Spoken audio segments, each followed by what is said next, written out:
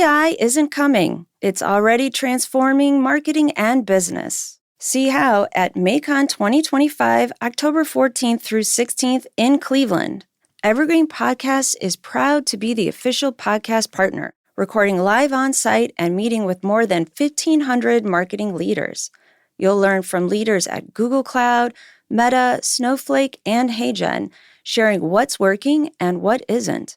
Transformation starts here. And with our special code, PODS200, you'll save $200 off your ticket. Join us at the Huntington Convention Center. Register today at macon.ai. That's MAICON.ai. When you think about businesses that are selling through the roof, like Aloe or Allbirds, sure, you think about a great product, a cool brand, and great marketing. But an often overlooked secret is actually the businesses behind the business, making selling, and for shoppers, buying, simple. For millions of businesses, that business is Shopify. Nobody does online business better than Shopify. It's home of Shop Pay, the #1 checkout in the world. You can use it to boost conversions up to 50%, meaning way less carts going abandoned and way more sales going through to checkout. Sign up for your $1 per month trial period at shopify.com/income, all lowercase. Go to shopify.com/income to upgrade your selling today. That's shopify.com/income. This content may not be suitable for all audiences. Listener discretion advised. Out of the corner of my eye, I saw him. A man. Short black hair, white t-shirt, blue jeans, straight out of the 70s. Those bizarre yellow eyes stared at me in a desperate plea. It lasted only a minute, but it was terrifying. I let out a panicked scream and I scrambled to get myself upright and running, tripping over my dress and platform boots. From Killer Podcasts, true tales of the occult, otherworldly encounters, unexplainable events. This is Disturbed True Paranormal.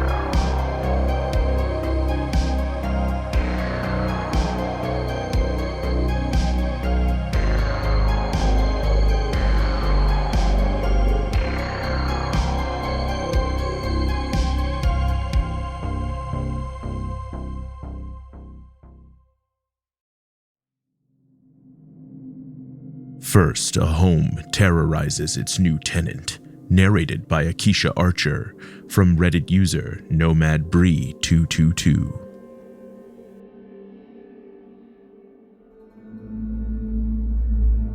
I moved into a family member's house in 2021. They were always with their partner or at work, so most of the time it was just me at home, alone. At first, nothing happened. It was fine. Quiet. But a couple weeks in, shit started to get weird. One night, I was dead asleep when the door slammed so hard it woke me straight up. My heart dropped. I grabbed my gun, called my mom, and had her on speaker while I went through the whole house. Room by room, every closet. Nothing. Nobody was there. I tried to brush it off like maybe I dreamed it, except it kept happening. Doors slamming in the middle of the night, loud enough to shake me out of my sleep, over and over for weeks. Then my mom came to stay over. She was in a different room when it happened again. A loud slam shook the house late that night. We both heard it and jolted awake. It was reassuring to know I wasn't crazy, but months went by and the weirdness didn't stop. One night I came home from a friend's house, fixing my blinds so no one could see in. That's when I heard it. A voice right in my ear, whispering my name. I froze. Then, a flash behind me. My outdoor light system turned on by itself. Right after, my Bluetooth speaker chimed, Bluetooth connected, then started spitting out some muffled, garbled voice, like it was trying to talk, but I couldn't understand a word. Weeks later, I was meal prepping in the kitchen. Out of the corner of my eye, I saw short black hair, white t-shirt, blue jeans, straight out of the 70s. I called my mom immediately, describing exactly what I saw. She went quiet, then said, "That's my dad. That's how he always dressed." I just stood there. No way. But she swore up and down. To this day, the house is still off. Doors slam. Random noises come from empty rooms. My dog barks at corners like he sees something I can't. And sometimes I swear I can feel someone standing right there, watching me. Next, we'll hear how a young man stepped into a world that wasn't our own. Narrated by Ken Moon, from Reddit user DaniloBS31.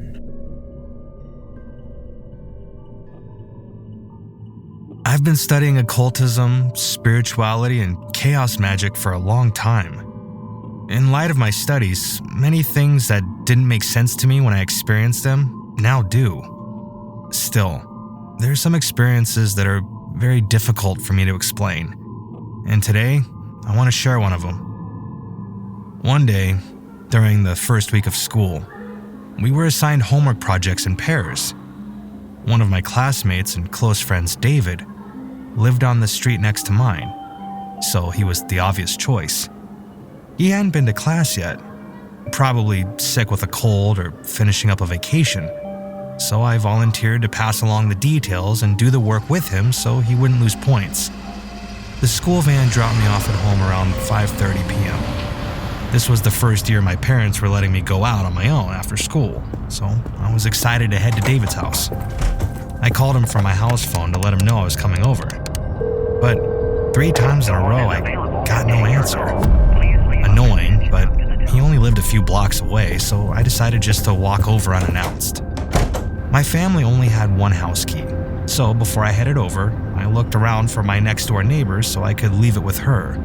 That way my parents wouldn't be locked out when they got home. I knocked on the door, and when there was no answer, I peered through the window. The TV and lights were on, but no one was there. Weird. I tossed the keys on her porch and left for David's. The streets were usually filled with neighbors by now, but the neighborhood was unnervingly empty. I didn't see a soul on my walk. The sun was setting when I reached David's house. I shouted over the locked fence, but there was no answer. Around back, there was a gate that led into the backyard, with no padlock on the latch. I decided to go in and knock on the back door. No response. I checked the door and it was unlocked. Timidly, I entered. Nervous someone might scold me for coming in uninvited, but still hopeful I'd find David there. Then from a door that opened into the kitchen, David came out. He moved quickly toward me. Not like he was going to attack, but in a way that was definitely strange, and grabbed my arm. Startled, I jumped. "What are you doing here?" he said quietly, but with clear anger in his voice. I stammered when I tried to answer. I called, but no one came. "There's the school project," and he cut me off, pressing his finger to his lips for silence, glancing around like he was searching for something outside. Then he pulled me in. Something about the whole thing felt off, especially his expression. I'd never paid much attention to his eyes before. I remembered them being that shade of brown, but here they looked like a sickly yellow. We moved quickly through the kitchen and living room. I could hear someone laughing in another room, maybe his mother. I wasn't sure if it was a man's or woman's laugh, but I knew he lived only with his mom and younger sister. When we reached the porch, he seemed startled by something. I didn't see what it was because I was looking back. I just felt him pulling me down. We crouched behind the low wall of the porch. Something outside was moving, carrying a flickering light. I could see the glow through the gate, but not the source. It looked like fire, maybe a torch. I could also hear footsteps, heavy, dragging ones, like someone wearing cement boots. I watched the light move along the porch, not understanding why we were hiding. When I turned my head, I locked eyes with David. His eyes were wide, fingers still to his lips, begging me for silence. Those bizarre yellow eyes stared at me in a desperate plea. It lasted only a minute, but it was terrifying. As soon as the light faded, and whatever it was passed the house, he whispered, Go the way you came in." Too scared to argue, I began to stand, but he pulled me down for one last message. "Don't look back." I ran through the living room, through the kitchen, and out the side alley, all while still hearing the same laughter. I clumsily vaulted through the gate and fell hard to the ground. As I got up, I heard someone calling, "Alex!" It was my mother, shouting from far away like she was searching for me. And not just her. I heard other people calling my name too, like they were looking for me. When I got up, the street that had been completely empty minutes before was now full of people. The whole neighborhood seemed mobilized to find me. Someone quickly pointed at me. "There he is!" causing a whole commotion. Before anything else, I turned to David's house. I couldn't believe it. I just left there, but now the fence was closed, padlocked, all the doors and windows shut, no lights at all. When my parents arrived, they cried, saying they'd been worried sick. I told them that I'd only been out of the house for less than an hour. They and the curious neighbors around us exchanged visibly confused looks. "What time did you get home from school?" my dad asked. "About 5-something, like always," I replied. "Honey, we got home at 7 p.m., and we've been looking for you since then," my mom added, still crying.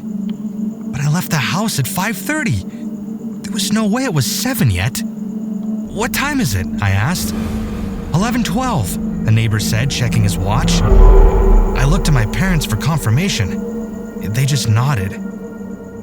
After things settled, I went home and explained why I'd left, but I didn't mention the strange events at David's house. I just said I'd gone to work on the project with him. I got plenty of lectures. That night, I lay staring at the ceiling for a long time, unable to sleep, trying to make sense of what had happened. Maybe there was some explanation. Maybe David was messing with me or something. But how could I have been gone for over 5 hours? Could the clock have been wrong? No. I'd gotten home at my usual time, left right away without even changing clothes. It made no sense. A few days later came a holiday, which meant a few days without school. During that time, whenever I had the chance, I passed by David's house to check. Everything closed. No sign of anyone. When school resumed, David showed up as if nothing had happened. I was hesitant to interact with him, but he seemed normal, talking, joking, laughing. His eyes weren't yellow. When I finally worked up the courage to talk to him, he was surprised I'd been avoiding him. We were close friends. I promised to explain, but first I asked why he'd missed those days. He told me he'd been on vacation with his family. I froze. That wasn't possible. If he was on vacation, who had I spoken to that day? Eventually, I told him what had happened, and he just called me a liar. He never believed me. I don't know what happened that day. Something paranormal? Parallel dimension? Alien abduction? This isn't the only strange thing that's ever happened to me, but it's one of the most memorable. And although other strange things have happened since, nothing like this has ever happened again.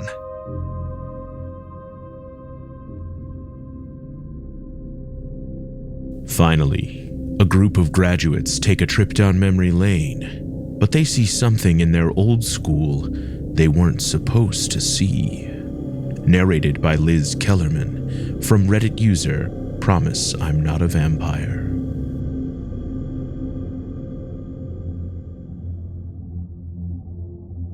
Okay, so I know this is gonna sound fake, and if you don't believe me, that's okay. But for everyone else, I really need some help understanding what I witnessed. I'm 21 and I live in a rural county, basically in the middle of nowhere. There's really nothing to do besides look at farms and go to drive-through coffee places. One night this summer, after an evening of driving and cemetery exploring, 2 friends and I decided to visit our old high school.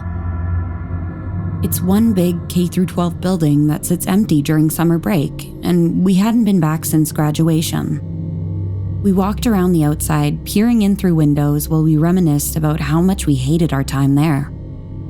All we saw were chairs stacked in the dark and tables pushed really neatly into the corner. One of my friends, Mason, walked around the building to find our old homeroom. My other friend, Emily, and I kept looking around, scanning the posters in the cafeteria. But then, an intense dark crimson red color caught my eye. I squinted, taking a closer look.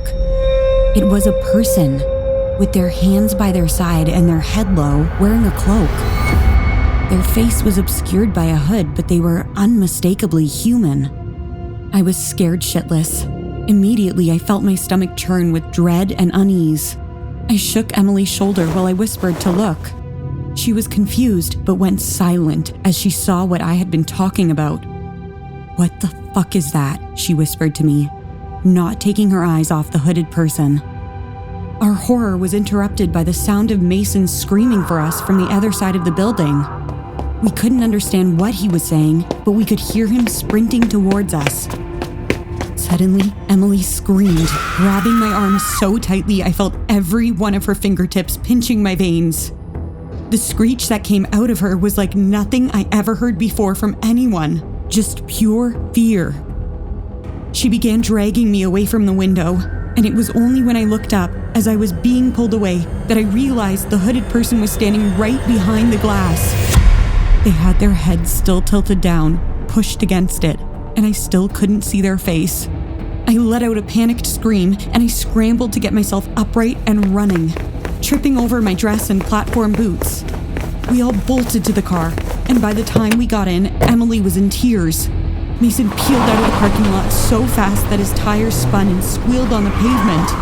We sped down the empty main road, still freaking out, repeatedly yelling, "What the fuck? What the fuck was that?" After a few minutes of incoherent rambling, Mason finally gets out what he'd been trying to tell us at the school. He explained that he turned on the flashlight on his phone and angled it into the room that he was looking into, and he saw 3 people lined up facing against the wall, also wearing those long hooded red cloaks. I should also say that we're 3 goth kids, so we don't scare easily. I've seen Mason watch horror movies without so much as moving a muscle in his face. Even with nerves of steel, we were beyond shaken.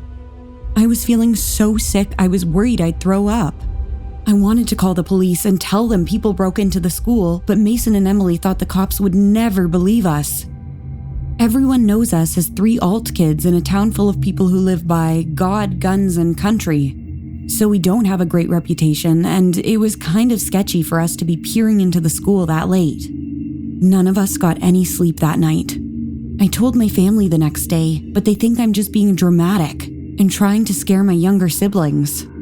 I was in near tears before my parents half-heartedly validated my concerns. We still have no idea what we saw. Was it a cult? Were they demons? And why were they in a school? I'm desperately trying to find answers, but so far no one has been able to help. Regardless, I know I'm not going anywhere near that school anytime soon.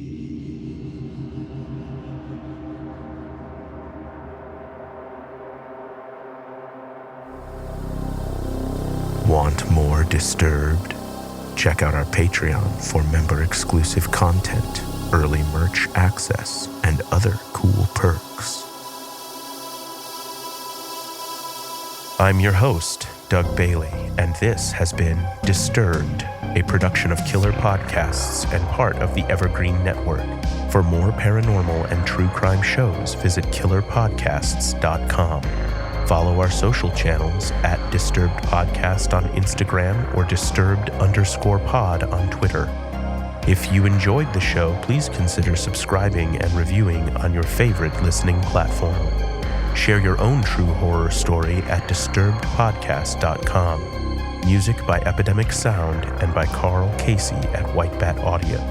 Our producer is Declan Roars. Audio engineering by Nathan Corson, Will Pritz, and Sean Rule Hoffman. executive producer Bridget Coyne. Until next time, stay safe out there.